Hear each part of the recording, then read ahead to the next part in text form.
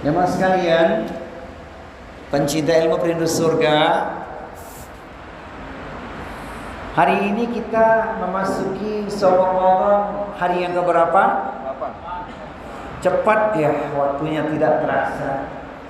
Biasanya muncul rasa sesal ketika Ramadan akan berakhir. Baru teringat amalan-amalan yang mestinya kita segerakan, kita tunaikan di saat Ramadan, tapi kita tinggalkan. Sehingga yang terjadi nyesal amalan tidak dilakukan dengan maksimal. Maka kita sudah 8 hari, waktu yang tersisa ke depan, mari manfaatkan sebaik-baiknya supaya kita dapat goalnya, dapat keutamaannya. Maka sesuai dengan tema kita, bukan sekedar merindukan Ramadan. Kalau sekedar rindu, ya begitu saja, ketemu sudah. Tapi betul-betul mendambakan cahaya Ramadan.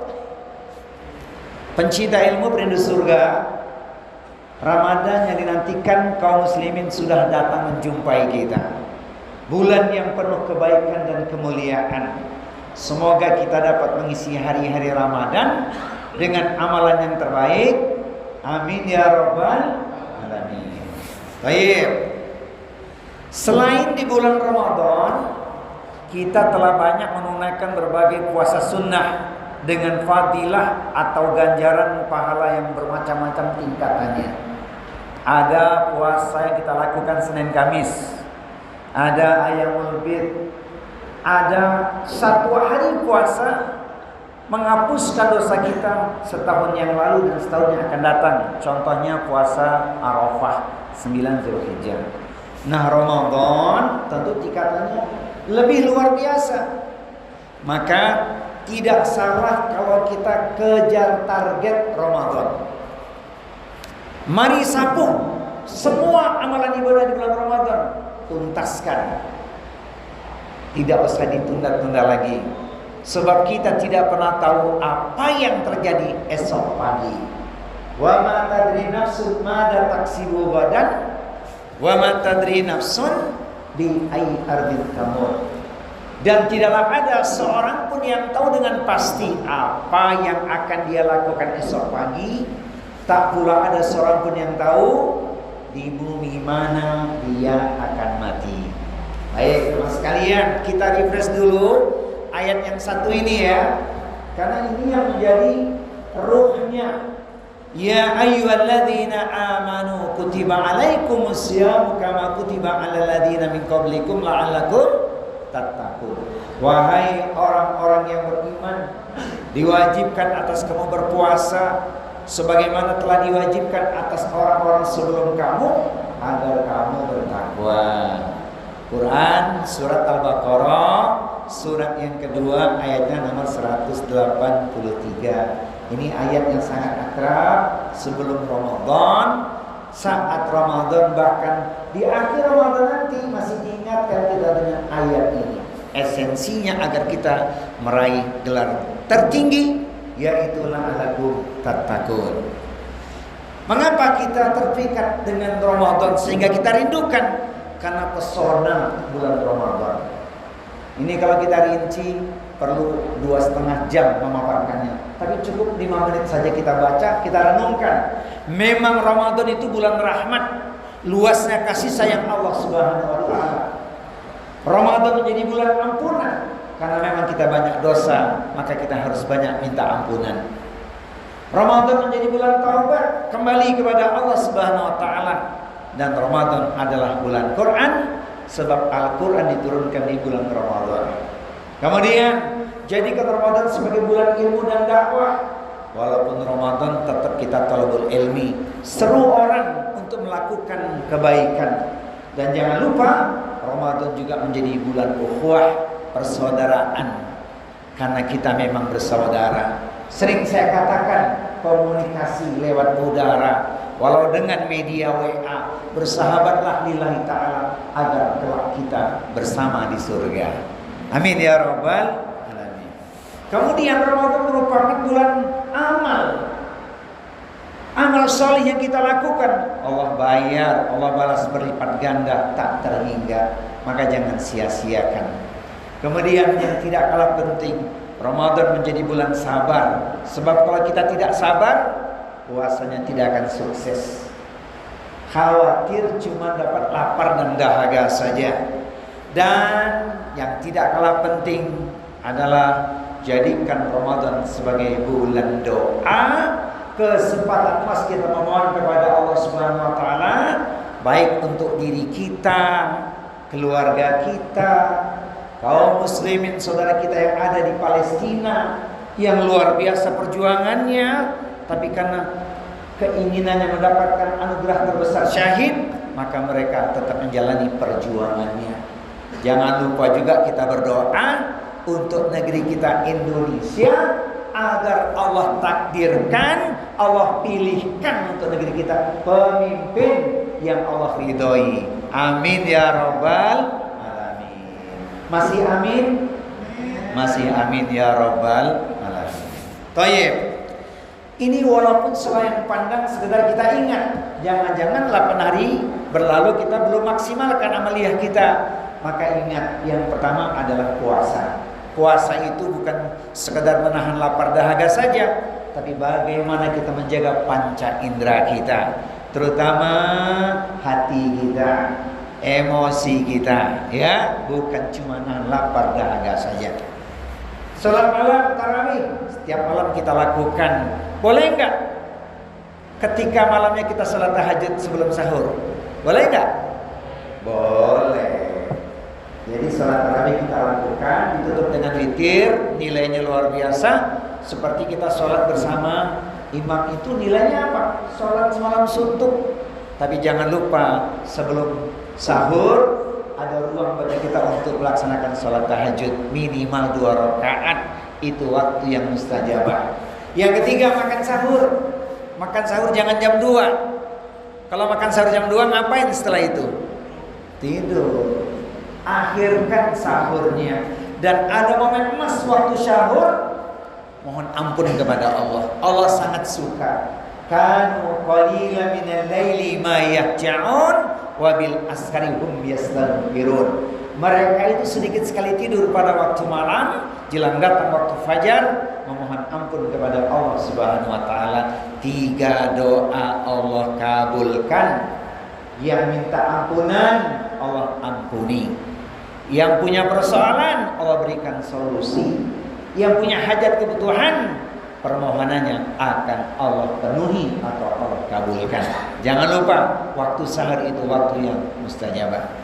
Kemudian yang keempat, membaca dan tadabbur Al-Quran. Alhamdulillah Ustaz, sekarang hari yang ke-8, tapi sudah tinggal 2 juz lagi, alias sudah 28 juz. Benar atau betul? Betul Ustaz, sebab baca Quran sejak bulan Rajab. Alhamdulillah, mafi muskilah, tidak ada masalah. Inilah Ramadan, bulan yang kita tunggu. Saatnya menata diri dan kalbu dengan ibadah puasa. Ayo kita raih ridha Allah Tuhan yang satu, agar diampuni seluruh dosa di masa lalu. Maka yang puasanya tidak serius, kata Bang Haji, hafal nggak? Hafal nggak saya tadi? Saya ulangi sekali lagi. Inilah Ramadan, bulan yang kita tunggu. Saatnya menata diri dan kalbu dengan ibadah puasa. Ayo kita raih ridha Allah Tuhan yang satu, agar diampuni seluruh dosa di masa lalu. Maka yang tidak serius puasanya, kata Bang Haji, nah, terlalu ya. Masih 21 atau 22 hari lagi ya. Maksimalkan yang tersisa. Baik, kemudian yang kelima, sedekah skala khusus, namanya zakat yang 2,5%. Sudah mulai dihitung. Kalau nilai hartanya 85 gram emas, berarti 85 juta ke atas. Punya uang 85 juta ke atas, tidak punya hutang, wajib mengeluarkan 2,5%. Emas juga begitu ya. Kemudian skala menengah namanya infak. Infak apapun bisa kita berikan sepanjang halalan thayyiban. Dan sedekah adalah segala bentuk kebaikan apapun, nilainya sedekah. Kullu amrin bil ma'ruf sedekah. Ini penting ini. Jamaah sekalian, pencinta ilmu surga, khusus yang kelima ini jangan ragu. Apapun yang kita infakkan, Allah pasti menggantinya. Wa ma anfaqtum min syai'in fahuwa yukhlifuhu wa huwa khairur raziqin. Balasannya berlipat ganda.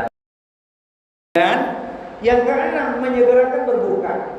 Berbuka itu ada sunnahnya, jangan lupa. Jelang saat dekat kumandang azan maghrib, fokuslah berdoa. Itu waktu yang mustajabah. Tinggalkan aktivitas lain, sampaikan pada keluarga, khususnya istri yang di rumah. Karena sering para istri itu sibuk di dapur sehingga waktu mustajabahnya terlewatkan. Menit-menit menjelang azan maghrib berkumandang, itu waktu yang mustajabah. Ingatkan. Kemudian ketika berbuka puasa, jangan lupa doa sunnahnya Nabi dibaca. Walaupun tidak saya praktekkan, tapi saya ulangi. Allahu Akbar, Allahu Akbar. Azan apa Pak? Azan maghrib ya, bukan azan asar ya. Azan maghrib. Kemudian baca Bismillah, minum. Kemudian baca doanya Nabi. Doanya Nabi itu Dhahabat dhama'u wa batalatil uruqu wa tabatal ajru insyaallah. Telah hilang rasa haus, telah basah urat-urat, dan semoga pahalanya tetap insyaallah. Jangan lupakan doa itu. Ustadz, kami biasa baca doanya ulama. Apa doa ulama? Allahumma laka sumtu wa bika amantu wa ala rizkika aftartu bi rahmatika ya arhamar rahimin. Doanya ulama saja dibaca, masa doanya Nabi kok nggak dibaca? Kata Bang Haji ini doanya Nabi. Dhahabat dhama'u wa batalatil uruqu wa thabatal ajru insyaallah. Ambil, di-share. Jangan lupa doa ini harus dibaca ya. Karena ini doanya Nabi. Jadi kalau Allah marakasumtu itu doanya ulama, doanya Nabi ini dia. Baca. Tanya jemaah sekalian, pencinta ilmu penduduk surga, segerakan berbuka. Kemudian yang ketujuh, memberi makan orang yang berbuka. Wah, kesempatan emas tuh. Yang kita jamu orang takwa, orang soleh, orang baik, maka kita mendapatkan pahala seperti orang yang berbuka tersebut yang kita jamu. Dengan catatan kita tetap puasa. Jangan ngasih makan orang berbuka tapi kita nggak puasa. Tidak ada nilainya nanti ya. Lain ceritanya. Karena ada Pak, di suatu siang lewat sebuah tirai setengah pinggang, keluarlah seorang berbadan kekar. Dari mana tuh Pak?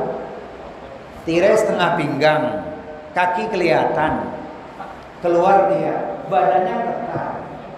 Ketika ditanya, Bang, kenapa kau tak puasa? Aku sakit mah. Aku tidak sahur. Udah berapa hari? 8 hari. Emang puasa baru 8 hari. Jadi sepanjang hari dia nggak puasa. Ingat, puasa untuk orang yang beriman ya. Kemudian nomor yang ke-8 itikaf. Usahakan di 10 hari terakhir itikaf. Ambil hari-harinya. Ustadz, kami karyawan, bisa. Malam hari masuk itikaf sampai pagi, sholat subuh, tunggu sholat isra, jika memungkinkan 2 rakaat, berangkat kerja lagi. Nanti balik lagi. Minta izin sama istri. Telepon istri, katakan kepadanya, menatap awan ke angkasa, sungguh tinggi tidak terkira. Menikah bukan sekedar cinta, namun ingin sehidup sesurga. Hafal Pak. Yang hafal tunjuk tangan, umroh bareng saya. Oh iya. Kemudian yang ke-9, menghidupkan malam Lailatul Qadar. Ini harus perjuangannya luar biasa ini. Maka ada sebuah doa. Doanya sederhana saja, tapi Masya Allah ini menjadi penuntun bagi kita. Allahumma innaka afuwun tuhibbul afwa fa'fu anni. Berapa kali? Sebanyak-banyaknya dibaca pada malam itu. Khususnya 10 malam terakhir. Sedikit tidur, banyak minta ampun. Jaga waktunya. Maka sunnahnya kan, kita siang hari boleh tidur. Boleh siang hari tidur sejenak. banyak gitu ya. Tapi karena hari ini ada taklim, nah alhamdulillah ya, tidak menjadi persoalan. Jadi sunahnya tidur, tapi jangan bilang naumus shaim ibadatun, tidurnya orang yang puasa ibadah. Akhirnya apa? Selesai sholat subuh tidur sampai jelang zuhur, habis zuhur tidur lagi sampai asar, habis asar tidur lagi, bangunnya jelang maghrib. Itu hadisnya dhaif. Jadi jangan diyakini ya. Tidur sehat qailullah, yaitu sejenak sebentar. Boleh sebelum zuhur sebentar, boleh juga ba'da zuhur. Baik jemaah sekalian, kita lanjut. Dan amalan yang ke-10 ini untuk orang-orang yang mampu. Saya mendoakan jemaah sekalian, suatu saat Allah beri rezeki bisa umroh di bulan Ramadan. Al-umratu fi Ramadan kahajatan ma'i. Jadi umrah di bulan Ramadan seperti berhaji bersamaku. Itu kata Rasulullah SAW. Jadi manfaatkan sebaik-baiknya. Berdoa kepada Allah. Ustaz belum mampu sholat Isra, jangan lupa. Tapi subuhnya di masjid, bukan di rumah. Nah, itu terutama di saat-saat 10 hari terakhir itu ya. Mungkin sudah ada waktu-waktu yang lebih ringan ya. Mungkin juga sisa beberapa hari cuti. Manfaatkan sebaik-baiknya. Nah jamaah sekalian, saya sekedar mengingatkan, yakini doa ini yang waktu malam hari dipastikan oleh sidang isbat kita baca, insya Allah asbab doa ini puasa kita najih, puasa kita sukses, insya Allah. Allahumma ahillahu alaina bil yumni wal imani wassalamati wal islami rabbi wa rabbukallah. Ya Allah, perjalankanlah bulan ini kepada kami dengan penuh kebajikan, iman, selamat dan Islam.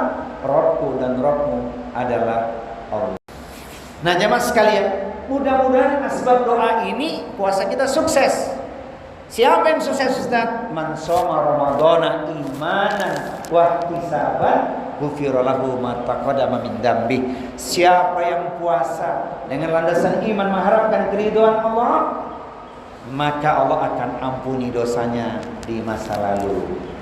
Ramadan bulan impian, terbuka pintu ampunan, banyak pula keberkahan. Semoga kita meraih kemenangan. Amin ya rabbal alamin. Nah, amalan di bulan Ramadan yang tadi sudah kita tuliskan, wajib dan sunnah itu harus kita maksimalkan. Sangat banyak dan beragam. Maka dianjurkan bagi kaum muslimin mengerjakan amalan-amalan di bulan Ramadan, bukan hanya yang wajib saja, tetapi menghidupkan juga amalan-amalan sunnah yang menambah pundi-pundi pahala. Artinya selama Ramadan itu kaum muslimin dalam hitungan 24 jam tetap beribadah non-stop. Tidurnya pun bernilai ibadah, sebab tidurnya untuk relaksasi supaya bangun cepat. Nah ini penting ini. Saya ingin ringkaskan karena waktu kita terbatas. Goalnya kalau puasa kita benar ya, dengan rambu-rambu yang satu ini, perhatikan rambunya. Rambu ini kita perhatikan, yang lewat jangan pikirin, ke depan kita perhatikan sebaik-baiknya. Laisa siyamu minal akli wasyarabi. Puasa bukanlah hanya menahan makan dan minum saja. Innama siyamu minal lagwi warafati. Tetapi yaitu puasa adalah dengan menahan diri dari perkataan lagu dan rafas. Lagu adalah perkataan sia-sia yang gak ada manfaatnya, habis waktu ngobrol tapi gak berguna. Maka ada sunnahnya siang hari boleh ngopi. Ngopinya apa Pak? Ngobrolin perkara iman, bukan ngopi beneran. Ya, ini ngobrolin perkara iman seperti sekarang ini. Ini ngopi kita sekarang.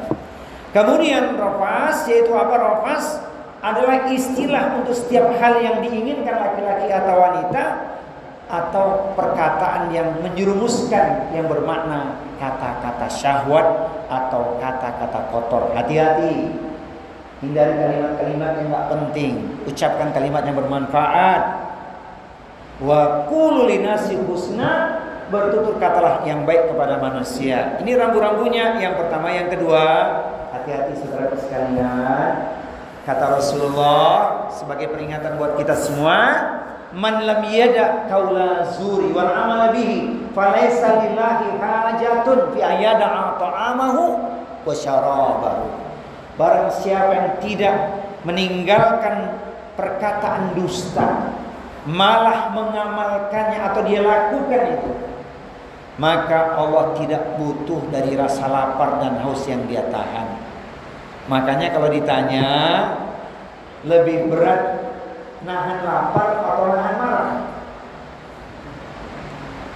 lebih berat mana Pak? Lebih berat nahan marah katanya. Nahan lapar mudah ya. Hati-hati, jangan perturutkan emosi. Khawatir nanti keluar kalimat-kalimat yang nggak penting, kata-kata yang mengandung pada kezaliman. Jangan, ya, tinggalkan. Bagaimana kalau sebaliknya? Hindari. Kalau kita dizalimi orang, jangan dibalas, maafkan. Nah, inilah amalan-amalan yang harus kita jaga, bukan sekedar merindukan Ramadan.